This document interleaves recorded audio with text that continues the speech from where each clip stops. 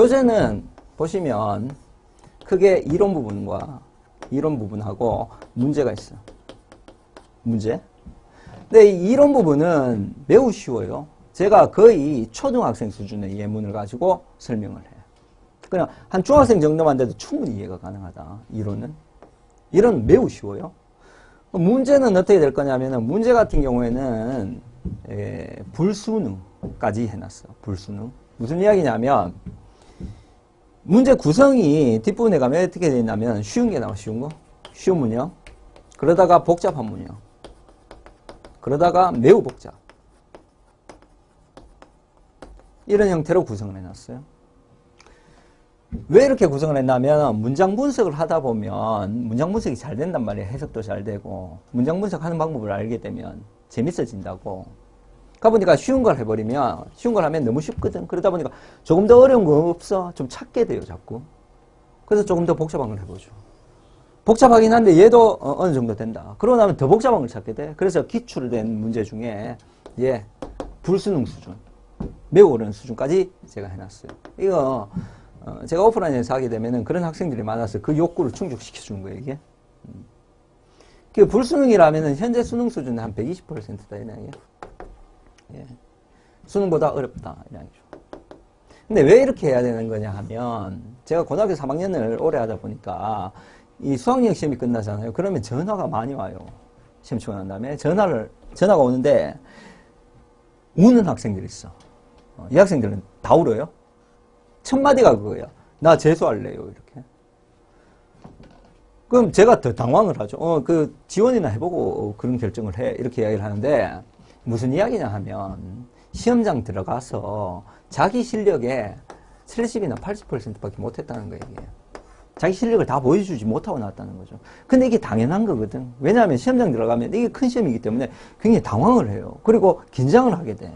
당연히 지 실력이 안 나오지. 당연히. 그러나 자기 실력보다 그 이상 발휘했다 이런 사람은 거의 본 적이 없어요, 제가. 그래서 수준을 120%까지 해놔야, 이 정도 해놔야 시험장 가서 100% 나온다. 이렇게. 그래서 여기까지 잡아놨어. 여기까지. 매우 복잡한 문형들 한다 이런 얘기죠. 그래서 이게 전반적인 강의, 제 강의에 대한 이야기예요. 강의에 대한 이야기. 이제 영어에 관한 이야기를 한번 해보죠. 영어에 관한 이야기. 얘들은 영어에 관한 건데 문장 분석 방법. 그래 영어에 대한 오해 이런 게 있는데 문장 분석 방법을 한번 보죠. 문장 분석은 그 이론들이 있습니다. 뭐 간단하게 하고 싶은데 얘들 말고도 많아. 근데 가장 전통적이고 역사가 있는 애들은 얘들이에요. 품사라는 게 있고 오형식이라는 게 있고 변형생성 문법 이런 게 있어. 얘들은 다 들어보셨을 거고 얘는 뭐 처음 들어보는 사람도 많을 텐데 일단 품사 이야기부터 해보면은 품사는 언제 만들어졌나 하면 이 4세기에 만들어졌어요. 4세기에. 4세기에 아리스토텔레스가 만들었어. 그 양반이 안 만든 게 없어요. 예? 4세기에 품사를 만들었어요. 근데 그때 4개를 만들었대. 4개를 만들었는데 이게 16세기에 와서 8가지 품사가 됩니다. 영어에는 8품사죠. 8품사로 안착을 하게 돼. 이와 맞물려서 16세기에 이와 맞물려서 나타난 게 오형식. 문장의 종류가 되죠, 얘가. 예? 그래서 이런 것들로 문장 분석을 하게 돼. 문장 분석 왜 하는데? 해석하려고 혹은 영작하려고 하게 되죠. 얘는 뭐냐 하면 얘는 가장 최근에 나타난 거예요. 이것도 각광받고 있는데 이게 1957년 노암 촘스키라는 교수님이 있어요. 그 교수님이 그 촘스키가 보통 뭐 정치적 발언 이런 걸 많이 해가지고 뭐 사회학자, 정치학자 이렇게 알고 있는 사람도 있는데 그게 아니고 이 사람 언어학의 대가야. 그래서 언어학자예요, 언어학자. 그래서 그 사람이 만든 거야, 57년에. 지금 한 60년밖에 안 됐다고 얘가. 그래서 아직 정착을 못했습니다. 무슨 얘기 계속 발전하고 있어.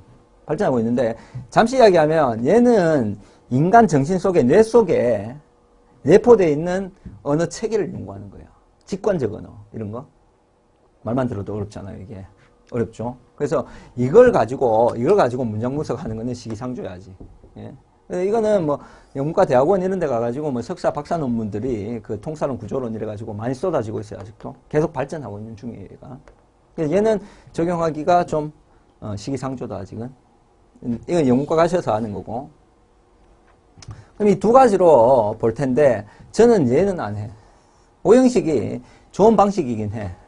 굉장히 훌륭한 방법이긴 한데 얘가 문제점이 뭐냐면은 적용이 어려움이 있어. 적용하기가 어려워요. 적용하기가. 그래서 제가 형식으로는 강의를 안 해요. 그럼 남는 게 얘죠. 품사지. 제목만 봐도 알잖아. 이 강의 제목이 사품사 영어 독해잖아요. 책 제목이. 그 8가지 중에 사실 따지고 보면 5품사긴 한데 어쨌든 제목은 사품사라고 적어놨어. 그러니까 품사지 품사.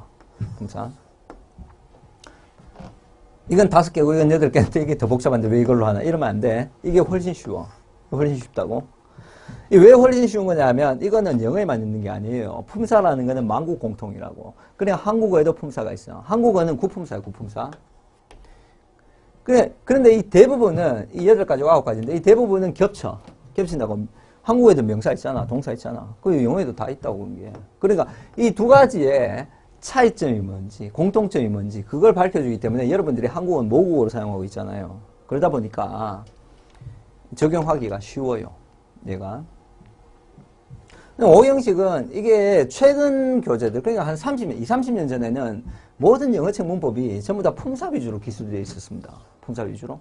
그러다가 스물스물 이쪽으로 옮겨갔어. 그러다가 요즘은 한 반반 되죠. 오형식으로 쓰는 첫 페이지를. 그래서 문장의 종류에서 1형식, 2형식 이렇게 나오죠. 이렇게 바뀌었는데 저는 아직도 예를 한다. 이게 왜 적용이 어렵나 하면 간단한 예를 보여줄게요. 이거 지금 해석하려고 하는 게 아니라 이거 나중에 복잡한 문장에서 연습할 거예요. 얘를. 뒤에 있는 걸 가져왔는데 그냥 보여주려고 형식으로 이걸 문장 분석하려면 어떻게 해야 되냐 하면 여기 frustration이라고 있죠. 얘가 주어야. start 동사지 이게. 주어 동사야. 그리고 전사가 나왔으니까 명사 나올 텐데 여기서 끝이지. 그러니까 이게 주어 동사밖에 없으니까 1형식이 이래 된다고. 이 주제 이런 지금 하는 건 그냥 들으세요. 왜 저렇게 뭐 문법 용어를 많이 써 이러지 마시고. 이게 주절이거든. 그러다 보니까 보통 이 문장을 1형식 문장이라고 그래요. 하지만 사실 꼼꼼하게 따져보면 이건 1형식이 아니야. 1형식 문장이긴 한데 1형식이 아니야. 이상하지? 무슨 이야기냐면 가다 보면 they realize 주어 동사 나오지. 이렇게 나오면 여기 that 같은 게 생겼다는 거야. that. 웬 아니에요? 이런 소리 하지 마세요. 그건 나중에 하는 거고. that이 생겼대거든. 그러면 주어 동사거든. 주어 동사? 그러니까 주어 동사니까 이거 1형식이네. 이렇게 생각하지. 그 뒤에 보면 that이 나온단 말이에요. that이 나오는데 다시 나와 they have 주어 동사죠. to move 이거 목적으로 치면 3형식이 돼. 3형식이. 그죠? 주어 동사 목적어 3형식이라고. 그지? 근데 다시 한번 보면 얘가 주어잖아. 동사잖아. 주어 동사 목적어. 목적어 자리가 that이라고 이게. 예? 목적어? 그러니까 이게 1형식이 아니고 이게 3형식이구나. 이래 된 거죠. 예? 그래서 어디까지 할 거냐면 이렇게 쭉 가서 여기 when이 나오죠? 그럼 여기 끊는 거거든. 그래 when이라고. when이 뭐 한 거냐면 주어 동사 나오고 여기 뒤에. 주어 동사 나오죠. 이래 li부터 있는 거 이건 필요 없는 거고. perfectly. 이 happy니까 see. 보호죠, 보호. 이런 것도 나중에 다 할 거예요. 그래서 주어 동사 보호라고 얘가. 그러면 얘는 2형식이네, 2형식. 그 where이 나오죠. where이라는 애는 뭐냐 하면 주어 동사 나와 뒤에. 이렇게. 그러면 주어 동사하고 끝났잖아. 그럼 1형식이네. 이렇게. 그러면 보세요. 이게 어떻게 된 거냐면 1형식이라고. 1형식 전체가. 근데 1형식 문장인데 그 속에 3형식이 들어가 있어. 그리고 그 속에 다시 3형식이 들어가 있어요. 그리고 2형식이 하나 연결되어 있고 그리고 1형식이 연결되어 있어. 이렇게 분석이 돼야 된다. 예. 적용을 하려면. 이러다 보니까 적용의 어려움 때문에 형식으로는 제가 강의를 안 한다. 이런 얘기예요. 그래서 이걸 여러분들이 문장의 종류라고 배워놓고 오형식으로 배워놓고 이 형식은 따로 하고 독해할 때 해석할 때는 또 따로 해. 딴 걸 해. 딴 거. 그러니까 적용을 해서 하는 게 아니라. 왜냐하면 적용이 어렵잖아. 그래서 제가 이걸로 강의를 합니다.